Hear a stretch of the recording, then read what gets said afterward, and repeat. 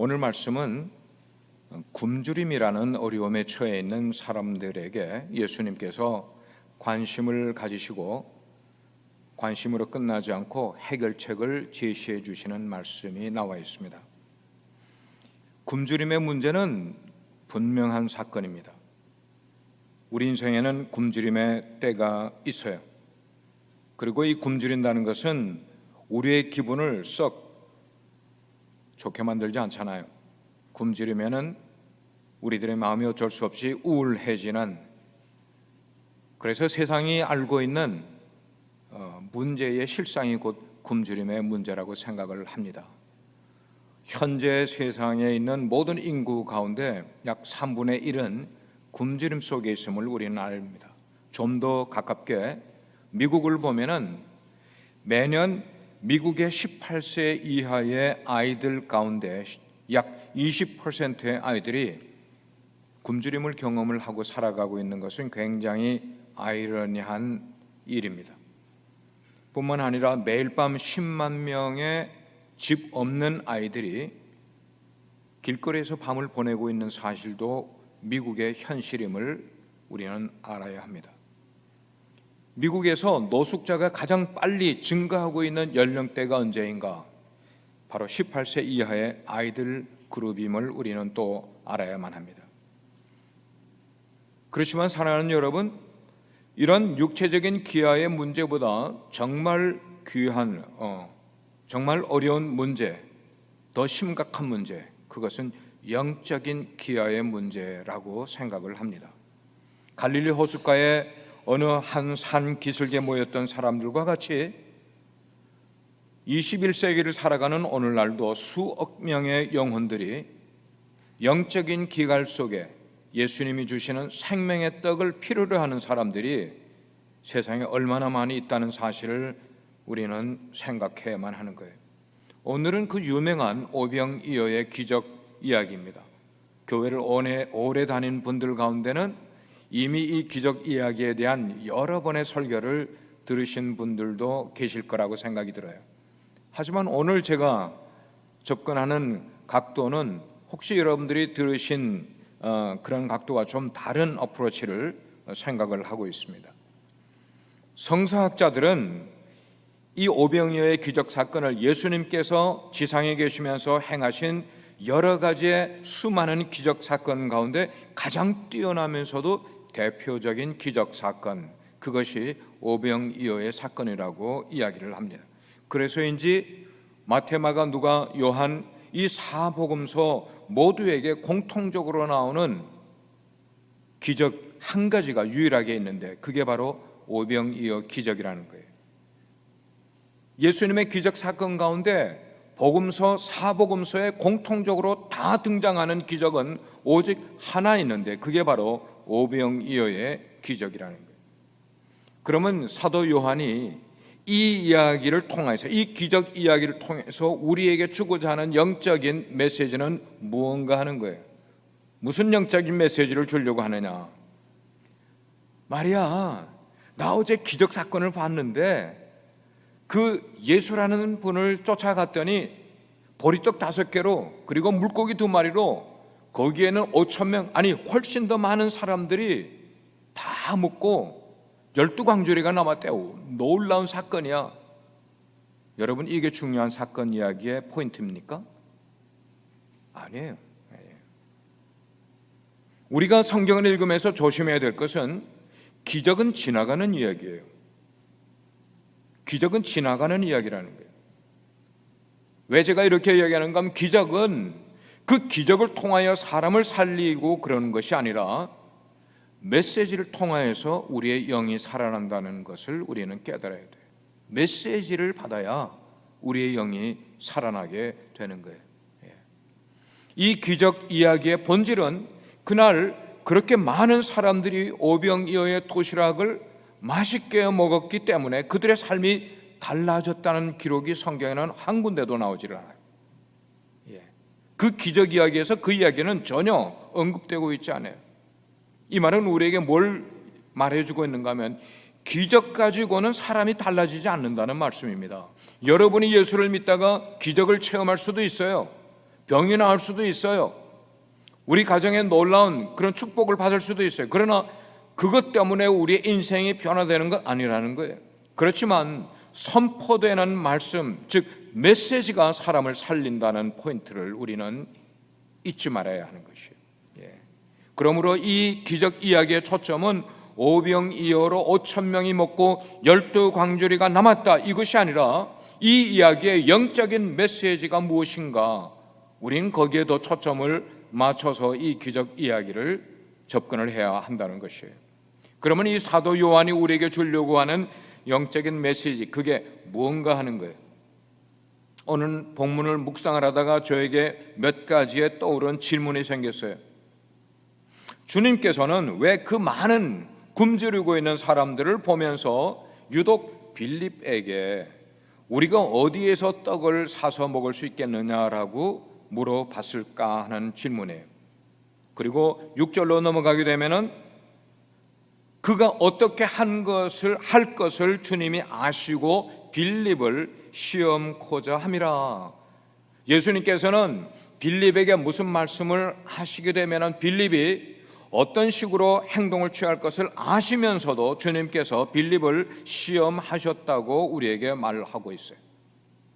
예수님은 왜 빌립을 시험하셨을까? 치사하게. 왜 치사하게라는 말을 썼느냐면은 예수님은 지금 빌립이 어떤 행동을 취하실지 다 아시면서 아무것도 모르고 있는 그 빌립에게 왜 그런 질문을 하셨겠냐 하는 말씀이에요. 빌립은 당연히 예수님의 어떤 말씀에 대안을 제시할 수 있는 인물이 아니에요. 아니, 빌립만 아니에요. 오늘 우리에게 예수님이 그 질문을 물으셨어도 우리도 그 질문에 대한 아무 대안을 제시할 수 있는 사람들이 못 되고 있어요. 근데 여기서 예수님이 왜 빌립에게 그런 질문을 하셨는가, 우리가 모르고 있는 사실 한 가지는 빌립은 이 기적이 일어난 곳에서 가장 가까운 베세다 출신이었기 때문이라는 거예요. 여러분 그거 모르시잖아요. 예수님은 그걸 아셨어요. 이 동네에서 지금 이 산기슭에서 말씀을 듣고 있는, 그래서 굶주려 있는 이 많은 사람들이 가장 가까운 데 살고 있는 사람이 누구냐? 빌립이었기 때문에. 그래서 그 마을 어딘가에 가게가 있고 빵을 살 수 있는 곳이 어딘지를 그래도 우리 제자 무리들 가운데는 빌립이 알 수 있을 것이기 때문에 주님이 빌립에게 물으셨다는 거예요.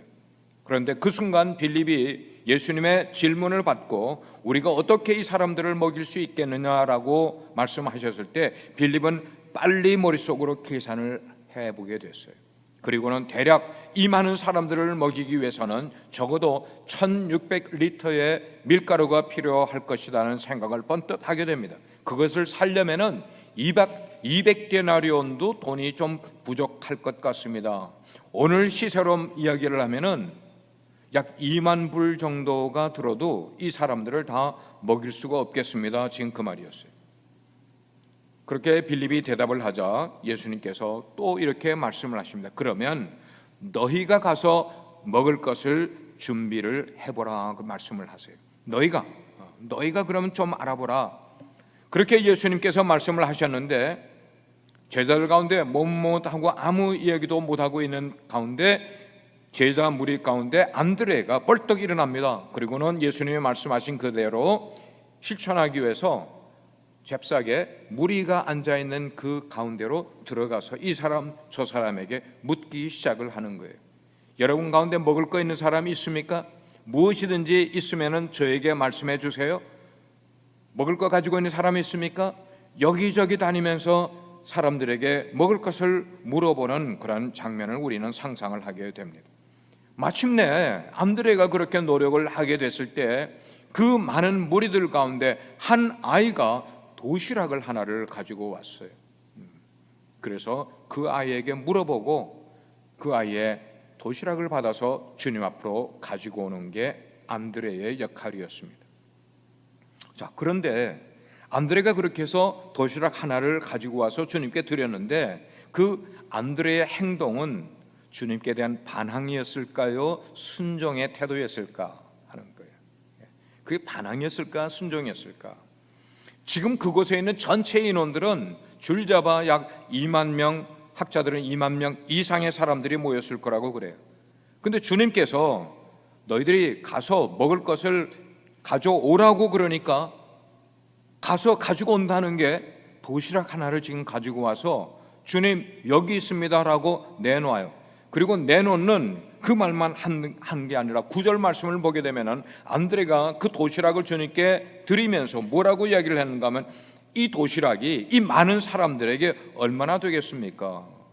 라는 얘기를 했다는 거예요. 여러분 이게 상상되지 않습니까? 우리가 어떤 일을 시켰는데 그거는 전혀 거기에 해당되지 않는 만큼의 양을 가지고 오면서 턱 내놓으면서 하는 그런 얘기가 어떻게 들으면 반항적인 얘기일 수도 있고 어떻게 들으면 순종적인 얘기일 수도 있는데 여러분은 이 안드레의 말을 어떻게 이해를 하셨습니까? 한 가지 더 그 다음에 나오는 것은 그리고 나서 먹고 남은 것을 예수님께서 제자들에게 다 거두어 드리라 그랬어요. 왜 그렇게 말씀하셨을까? 너희들이 먹고 남은 것 거기다 그냥 두면은 환경이 오염되기 때문에 다 수거해서 환경 보호를 해야 된다, 그런 차원에서 그렇게 말씀을 하셨을까요? 아니면은 너희들이 이 기적 사건이 사람들에게 알려지기 위해서 먹고 남은 빵 조각이 이렇게 많은 것이 남았다는 것을 사람들에게 보여줄 수 있는 어떤 시위용으로 예수님이 빵 조각을 거둬들이라고 하셨을까요? 아니면은 아깝기 때문에 그것을 다 거뒀다가 다음에 먹을 것이 없을 때 그것을 또 나눠 먹기 위해서 챙기신 것일까 하는 거예요. 이 설교를 준비하면서 유튜브에서 아미시 신앙 공동체에 대한 영상을 하나를 보았어요. 아미시는 현존하는 기독교 신앙 공동체 가운데 가장 경건하고 그리고 건강한 신앙 공동체라고 할 수가 있어요. 주로 독일 출신, 스위스와 화란 출신 사람들이 이 아미시 공동체를 이루고 살아가고 있어요. 그런데 이들은요 세상과 타협을 하지 않습니다. 그러기 위해서 문명을 거부하는 거예요. 그들은 전기도 사용하지 않습니다. 자동차도 쓰지를 않습니다. 빨래도 손으로 하고 있고요. 교육은 어떻게 시키느냐? 자녀들 교육은 8학년까지 교육하면 that's it. 우리 인생에 필요한 것은 8학년 이상, 더 이상 필요치 않다. 교육을 시키지 않습니다. 그들은 무슨 언어를 씁니까? 독일어를 주로 써요. 미국에 살고 있으면서. 지금도 필라델피아 그쪽 아이오와 그쪽으로 가면은 이 그룹들이 여러 그룹들이 살고 있습니다. 그들은 영어도 기본적으로 필요한 영어만 공부를 하면서 살아가요. 그러다가 성인이 되게 되면은 2년 동안 세상에 나가 살 기회를 줘요. 그래서 너희들이 세상에 나가 살아보고 우리 공동체와 다른 세상 속의 삶을 경험해보고 2년 후에 너희들이 거기서 계속 살지 아니면 돌아와서 살지를 여러분들이 결정을 해라 하는 것이 그들의 룰이에요. 여성들은 계속해서 옛날 옷을 입고 있고 남자들은 모자를 쓰고 그리고 수염을 기르고 농사를 지으면서 그렇게 살아가고 있어요. 자, 한번 영상을 보도록 하겠습니다.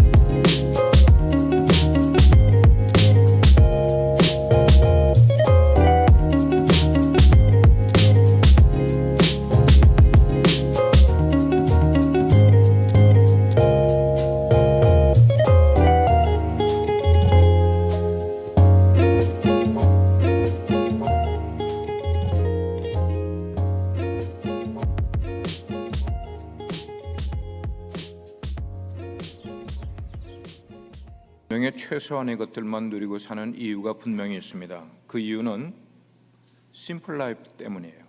심플 라이프. 그게 이유예요. 왜 그들이 그러면 심플 라이프를 살라고 하느냐? 그들은 그거를 깨달았다고 생각을 하는 거예요.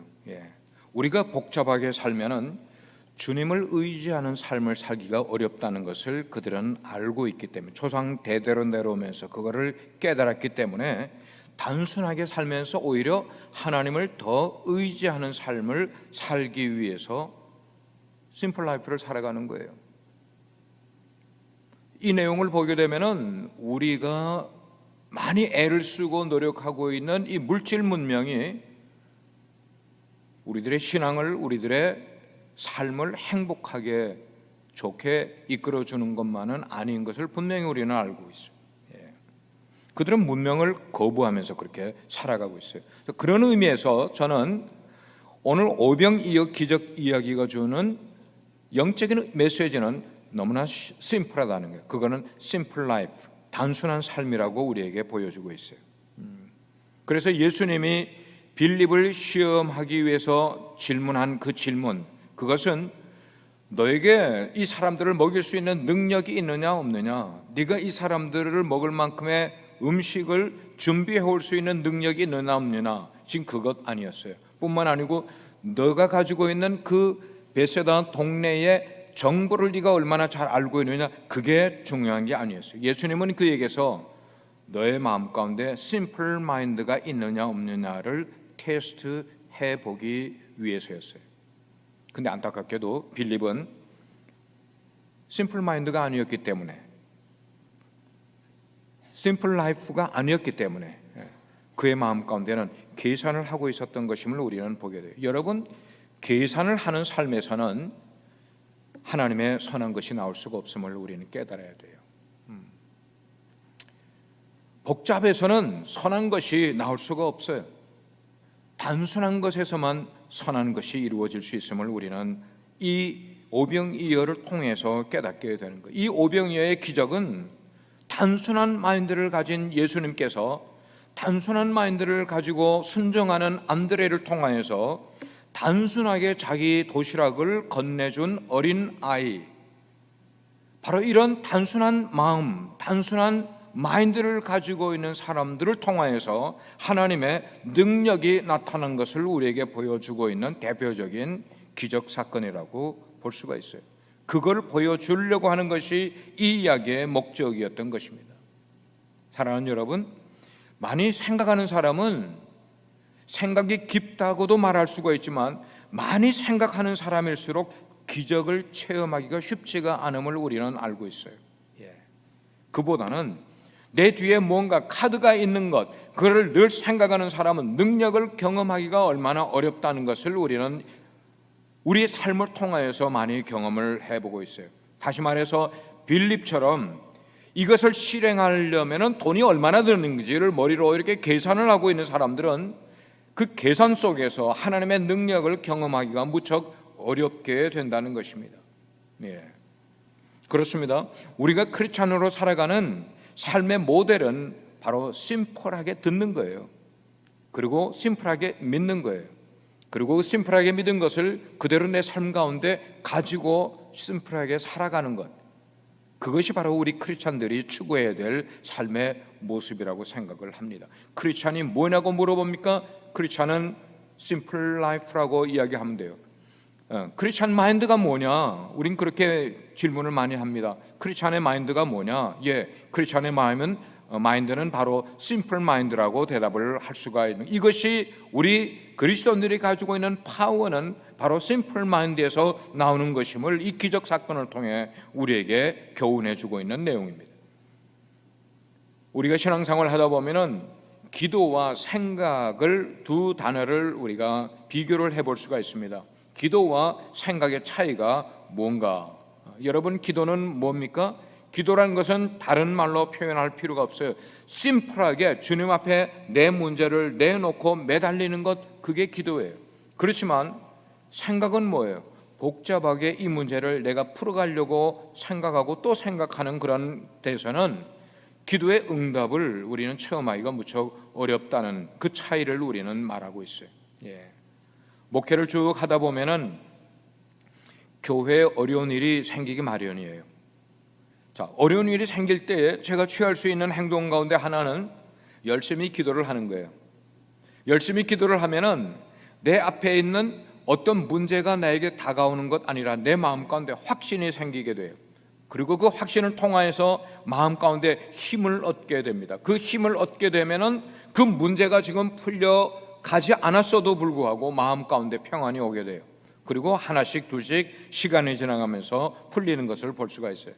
그러나 또 어떤 때 어려운 문제가 교회에 닥치게 될 때에 기도를 열심히 하다가 눈을 떴다는 것은 뭐냐면 내가 보고 싶은 것을 바라보고 내가 기대하고 싶은 것을 기대하기 시작을 하게 되면은 그렇게 해서 문제를 그렇게 해결하려고 사람을 만나고 사람을 모으고 회의를 시작하게 되고, 그렇게 되면은 회의를 통하여서 문제 해결된 것보다는 회의를 통하여서 마음 가운데 회의가 생겼던 적이 더 많이 있는 것을 저는 경험을 해요. 사람들이 회의한다고 문제가 해결되는 것 아닌 것을 우리는 너무나 많이 경험을 했어요. 바로 이런 점이 기도와 생각의 차이점임을 우리는 깨닫게 되는 거예요. 왜 기도가 힘이 있느냐? 심플하기 때문인 거예요. 왜 심플합니까? 하나님 앞에 내어놓고 그냥 매달리고 있기 때문입니다. 자, 그러면은 어떻게 사는 것이 단순한 삶인가 하는 거예요. 세 가지로만 간단하게 말씀을 드리겠습니다. 첫째는 내가 할 수 없는 것에는 그냥 믿어버리는 거예요. 한번 따라 하시길 바랍니다. 내가 할 수 없는 것은 그냥 믿어버린다. 이 믿어버린다는 게 무대책으로 한다는 게 절대로 아니에요. 하나님을 더 신뢰한다는 그런 의미로 여러분 이해하시면 됩니다. 만약에 제자들이 우리가 아무것도 줄 수가 없으니까 그냥 사람들을 돌려보냅시다라고 제안을 하고 그렇게 행하였다면은 그런 태도는 자기들의 주머니를 받기 때문에 태도를 취한 것이나 다름이 없어요. 그래서 사람들을 돌려보냈을 거예요. 왜? 우리가 이 많은 사람들을 먹일 돈이 없다는 것을 자기들의 주머니 사정을 보면서 그들이 알았기 때문일 것이에요. 그렇지만 만약에 그들이 예수님께서 너희가 먹을 것을 주어라 라고 말씀을 하셨을 때에 그 말씀에 순종을 해서 yes, 우리가 줍시다 라고 대답을 하고 그 다음에 주님의 말씀을 순종을 했다면 그 사람은, 그 제자들은 자기들의 주머니를 보는 것이 아니라 바로 하늘 창고를 본 것이라고 우리는 이해를 할 수가 있겠어요. 여러분, 하늘 창고를 열면은 우리의 문제가 해결이 될까요, 안 될까요? 해결되는 거죠. 해결되는 거죠. 우리는 자꾸만 우리의 인생에서, 우리의 신앙에서 내 주머니를 쳐다보면서 마음에 절망하고 낙심할 때가 얼마나 많은지 몰라요. 그러나 하나님은 제자들을 통하여 우리에게 주시는 메시지가 뭐냐면 너의 주머니를 쳐다보지 말고 하늘 창고를 바라보라고 말씀을 하고 있는 거예요. 그때에 하늘 창고가 열리면서 기적이 우리 삶 가운데 찾아오게 된다는 것이죠. 그래서 단순한 삶에는, 기도하는 삶에는 기적이 일어나게 되는 것이에요. 이러한 주님의 단순한 마음을 그대로 실천한 제자가 바로 안드레였었습니다. 그렇죠. 똑같이 심플 1, 심플 2가 만났어요. 심플 1은 뭐예요? 너희가 먹을 것을 주어라 하는 그 주님이나 그 말씀, 대책 없는 말씀 같지만 그 말씀을 순종을 하여서 주기 위해서 무리 가운데 다니면서 음식을 가지고 있는 동기를 찾아내려고 노력을 했던 심플 2나, 그래서 그 심플 2가 가지고 온 도시락 하나, 보리떡 5개와 물고기 2마리, 바로 그것으로 하나님의 기적을 그 많은 사람들이 체험을 하게 만들어준 브릿지 역할을 한 안드레의 모습. 예수님과 안드레는 비슷한 성향을 가지고 있었던 것을 우리는 보게 돼요. 아마 딴 사람들이 볼 때에 안드레의 그 태도는 굉장히 뭐라고 그럴까, 말이 안 되는 태도라고 생각될 수가 있겠어요.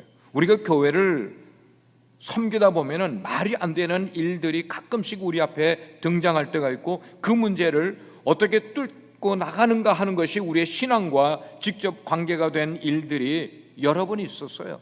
우리 교회 역사에도 여러 번 그런 일들이 있었어요.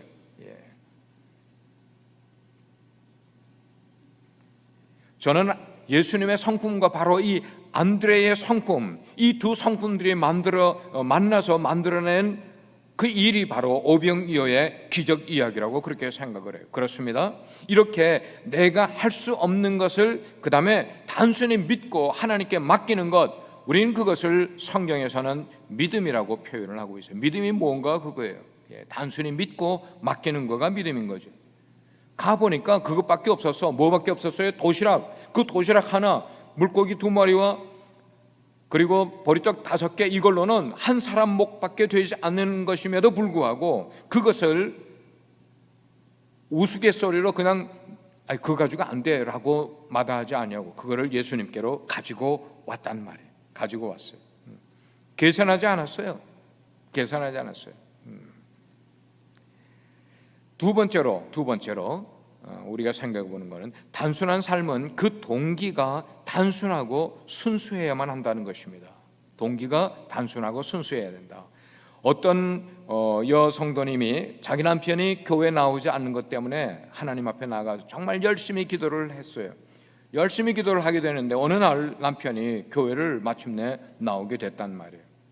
그냥 나오게 된 것이 그 여성도에게는 마음이 차지가 않아. 그래서 또 하나님께 나가서 열심히 기도를 했습니다. 뭐라고 기도했습니까? 우리 남편이 교회를 좀 열심히 다니는 사람이 되게 해주시라고 그렇게 기도를 했어요. 그래서 기도가 응답이 되어서 남편이 교회를 또 열심히 다니는 사람이 됐어요. 그런데도 그 부부 사이에 자꾸만 싸움이 일어나는 거야. 그 싸움의 이유는 뭐냐면 이번에는 그 부인이 뭐라고 하나님께 기도를 했겠어요? 열심히 봉사하는 사람 좀 되게 해달라고.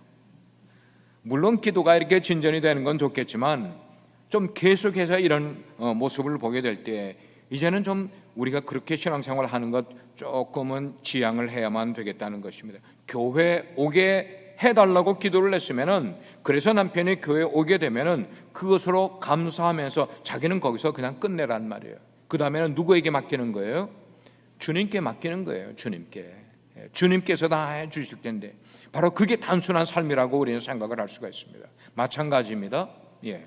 우리가 처음에 하나님께 기도했던 것, 그 하나님께 아뢰었던 것이 있어요. 근데 그것이 이루어지면은 감사하고 그 다음에는 거기서 끝나야만 되는 거예요.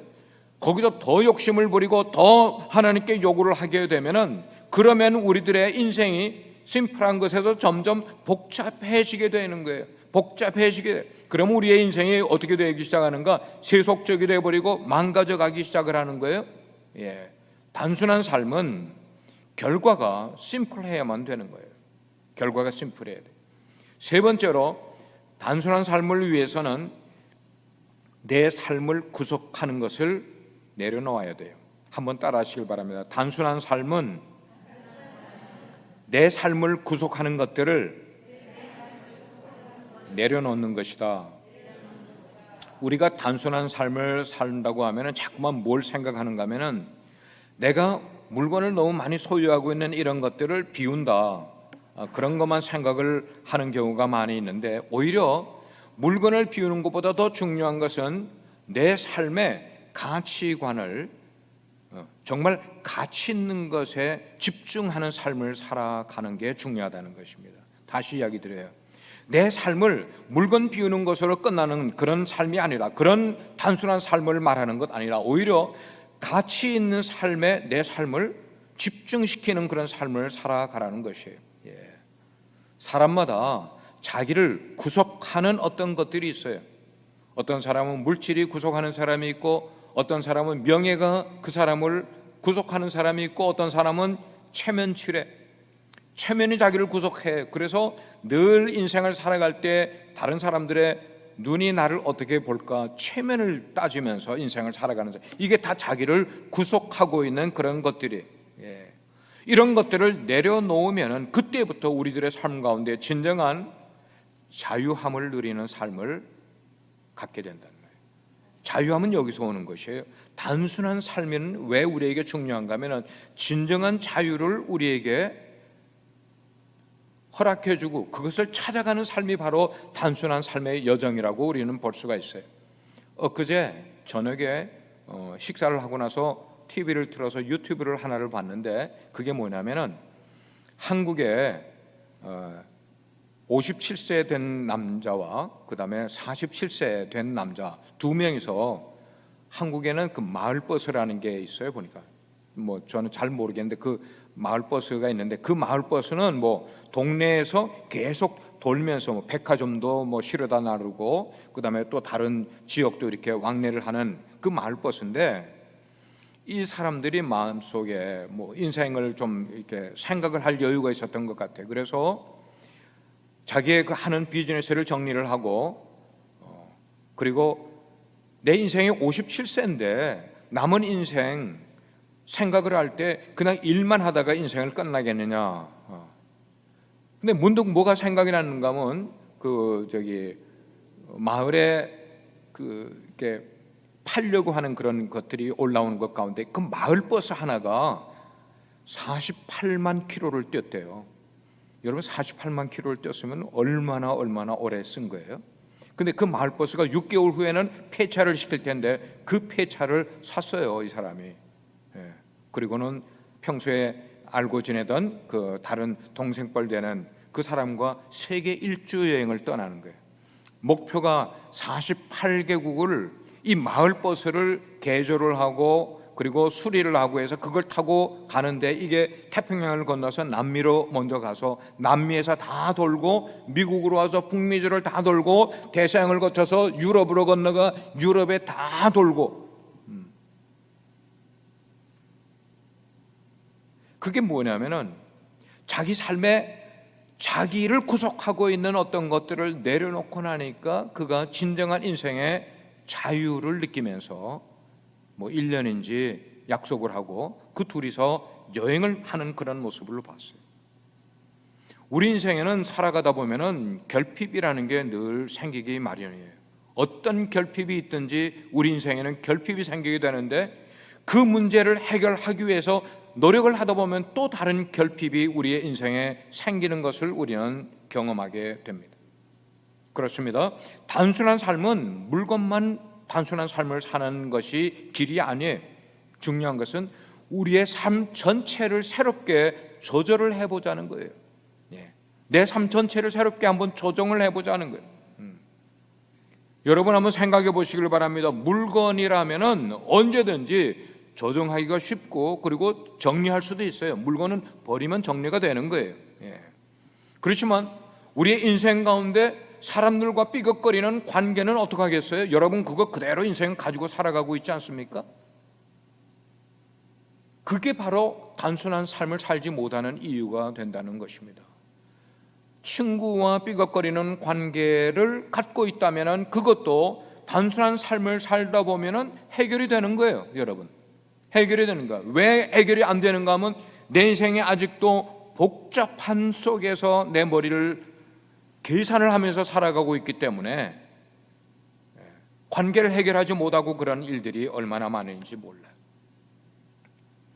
뿐만 아니고 우리 인생이라는 것은 하루하루가 소비의 연속이에요. 오늘도 소비를 하고 내일도 소비를 하고 계속 그렇게 우리 속에 형성이 된 소비에 대한 욕구, 이것은 개인적이기도 하지만 다른 한편으로는 사회적이기도 한 것이 우리의 소비 욕구라고 볼 수가 있어요.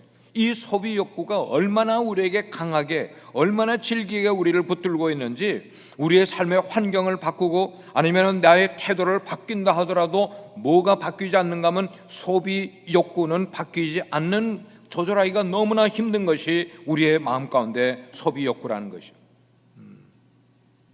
그렇습니다. 단순한 삶은 한 번, 두 번 시도를 해서 단순한 삶이 만들어지는 것 아니라 인내를 가지고 거듭거듭 노력을 얼마나 많이 해야만 단순한 삶을 우리는 살아갈 수가 있는 거예요.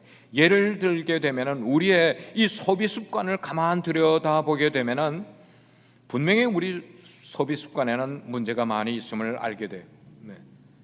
생각 없이 충동 구매를 하는 것들도 우리가 얼마나 많이 있는지 몰라. 물건을 고르는 안목도 우리에게는 별로 없어요. 그러다 보니까 옷을 사더라도 나에게 맞는 옷을 사지 않고 마네킹에 맞는 옷을 사서는 마네킹에 볼 때는 아주 좋았는데 입어보니까 안 맞아, 별로 좋지가 않아. 왜냐하면 내 몸에 맞는 것을 입어야 되는데 마네킹에 맞는 옷을 사니까 그 다음에는 뭐예요? 잊고 싶은 마음이 없는 거예요. 요즘 많은 사람들이 코로나 바이러스 때문에 아마존을 통해서 물건을 많이 주문을 합니다만은, 그렇게 아마존을 통하여 물건을 사기는 했는데 그 물건이 내 집에 돌아와 박스를 오픈하는 순간 별로 사용 가치가 없다는 것을 그때 깨닫는 사람들이 얼마나 많이 있는지 몰라요. 이렇게 물건을 사들이고 한 것들이 그냥 집에 막 쌓여 있는 거예요. 우리 교회에서 내년 초에 가라지 세일을 할 텐데 안 쓰는 집에 있는 새 것들 다 갖고 오세요.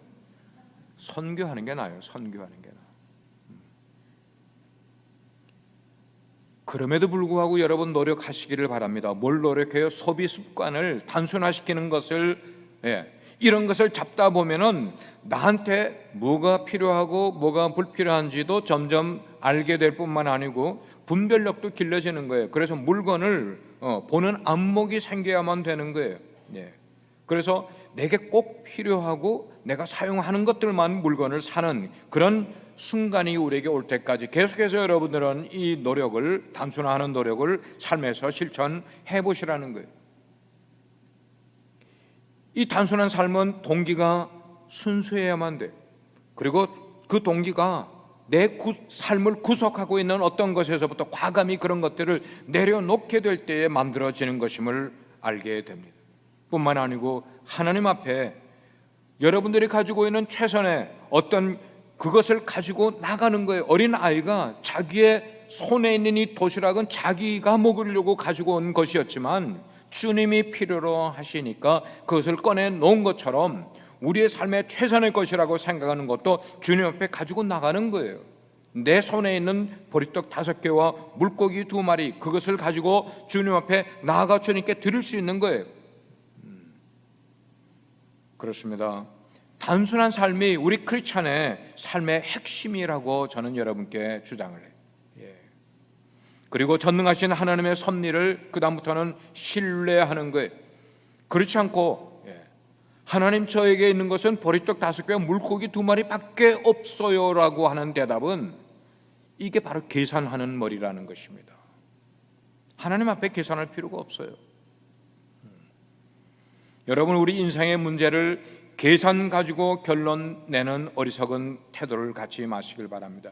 왜요? 하나님이 일하실 부분 없이 나 혼자 생각을 하고 나 혼자 다 결정을 해버리는 그런 것 그렇게 하지 마시고, 내 계산은 여기까지지만 그 이후부터는 엄청난 하나님의 역사가 일어날 수 있음을 믿고 하나님께 내놓을 수 있는 바로 그런 단순한 삶, 시간도 물질도 건강도 내 재능도 그런 것을 믿는 것이 단순한 삶임을, 그래서 기도하면서 하나님께 내려놓는 그런 삶, 바로 거기에 능력이 나타나게 되어 있고 기적의 삶을 체험하는 역사가 우리들의 삶을 찾아오게 되는 것입니다. 그렇습니다. 우리의 단순한 믿음, 우리의 단순한 신뢰, 그리고 우리의 단순한 어떤 결단, 그 가운데 하나님의 능력을 우리가 체험하는 신앙인이 되어야 되지 않겠습니까? 오늘 말씀을 맺겠습니다. 보통 사람들은 자기 삶에 어떤 능력이 있게 되면은 교만해지게 돼요. 그렇지만 교만해지지 말고 겸손하면서도 확신이 마음 가운데 있을 수가 있는데, 그 확신이 있을 수 있는 비결이 뭐냐? 심플 라이프를 살아가려고 할 때, 단순한 삶을 살아가려고 할 때, 내가 할 것은 하고 나머지는 주님께 그냥 맡기는 인생. 자기에게는 뭐가 필요해요? 확신이 필요해. 확신이 필요해. 그 확신 가지고 겸손하게 살아가면 되는 거예요. 저는 우리 빛과 소금의 교회 모든 성도님들이 바로 그렇게 심플하게 살기를 주의 이름으로 축원합니다. 복잡하게 이것저것 생각하면은 우리 인생이 망가지게 돼 있어요.